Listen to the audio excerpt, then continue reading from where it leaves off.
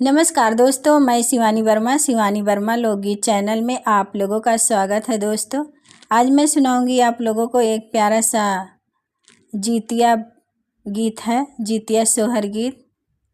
तो आप लोग सुने जीतिया मैया का ये सोहर गीत और बताइएगा कमेंट बॉक्स में आप लोगों को कैसा लगा। मचिया ही बैठी है सासु त बहुआ अरज करे, बहुआ अरज करे हो। सासु हमहू के पियरी मंगावो, बरत हम करबई हो। सासु हमहू के चुनरी मंगावो, त जितिया माई के मनईबई हो। सासु त बोलहु न पावई, नदी उठी बुअलाई हो। सासु त बोलहु न पावई, नद उठी बोलाई हो। भौजी तू तो बाटियू जनमई, बाझिनिया बरत कैसे करबी हो। भौजी तू तो बाटियू जनमई, बाझिनिया तो व्रत कैसे करबी, बरत कैसे भूखबी हो। बाहरे से आमाई पियवा त बिरह बोली बोलाई हो। बाहरे से आवाई पियवा बिरह बोली बोलाई हो। धाना जतिया के होली सुअरिया, देखत घिना लागई हो। धाना जतिया के हुअली सुअरिया, देखत घिना लागई हो। धाना आगे पीछे चालै छमनमा, देखत नीक लागई हो। धाना आगे पीछे चलत है छमनमा, देखत नीक लागई हो। बारह बरिस भाए बियाहवा, ललन नाही पायन, ललन नाही पायन हो। धाना गंगा जी में डूबी मारी जातियू, त कवने अर्थ के हो। धाना गंगा जी में डूबी मारी जातियू, त कवने अर्थ के हो। सासु ननद करे बरतिया, तयउरऊ भूखाई हो। बहिनी जिया कर मैं बारी बियही, वऊ घर से निकारई हो। सासु ननदी तिजिया भूखा, सासु ननद जितिया व्रत भूख, त जितिया मई के मनावई हो। बहिनी जिया कर बियही, बियहिया घरा से निकारई हो। ससुरे के मारी बेचारी, नैहरवई में ठाड़ भाई, नैहरवई में ठाड़ भाई हो। मैया खोली देतियू अपनी केवड़िया, भीतर होई जाइत हो। मैया खोली देतियू चंदन केवड़िया, भीतर चली आइत हो। आंगने से बोली उनके मैया, केवड़िया न खोलाई हो।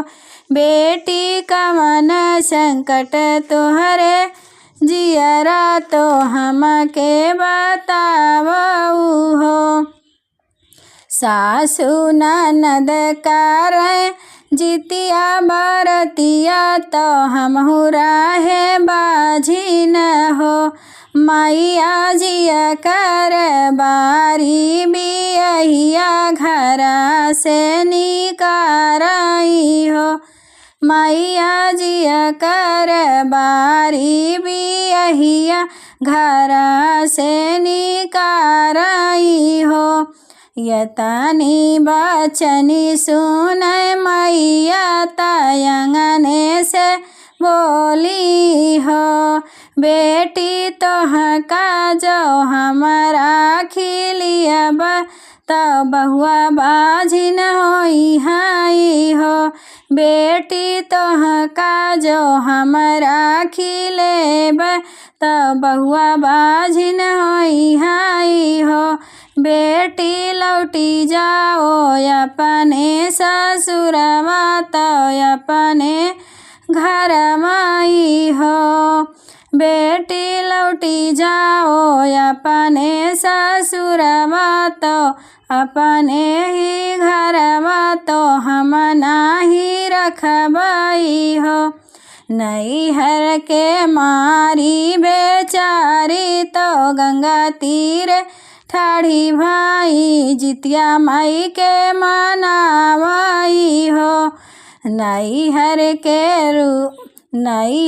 के मारी बेचारी तो गंगा तीरे ठाढ़ भाई हो। मैया मारी देत्यू अपनी लहरिया तो डूबी मारी जाइत हो।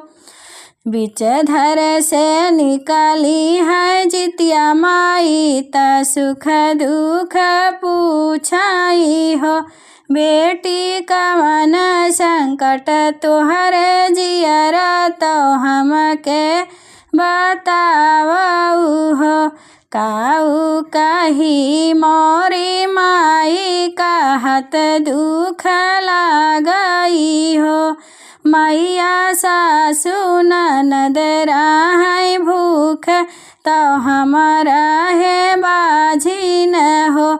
मैया जे कर बियही दुलारी तो घर से निकारई हो। जितिया माई धीरज धारा मई तो बेटी के समुझामई हो।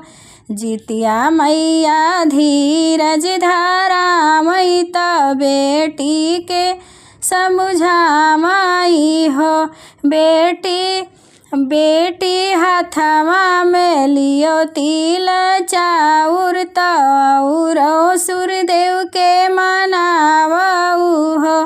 बेटी लाई लियो फूलवा डलरिया तो जितिया माई के मनावो तो आसन लगावऊ हो। बेटी लाई लियो हथवा में फूलवा तो मैया के मनाईऊ हो। बेटी जितिया माई देई है लालनवा दुख तोहरो कटिहाई हो। यतनी बचनी सुनय तिरिया तो घरवा के आवई हो। यतनी बचनी सुनय बाझिन तो घर के आवई हो। बहिनी आंगने में बियदी बनाव तो फूलवा बिछावई हो। बहिनी कैली ही जितिया बरतिया तो मैया के मनावई हो। 8 महीनावा के लागत नववा के लागत हो। 8 महीनावा के बीतत तो नवाए के लागत हो। बहिनी जनमे है बाझिन के लालनवा तो घर होई सोहर हो। बहिनी दई दी जितिया मैया लालनवा तो बाझिन घर सोहर हो।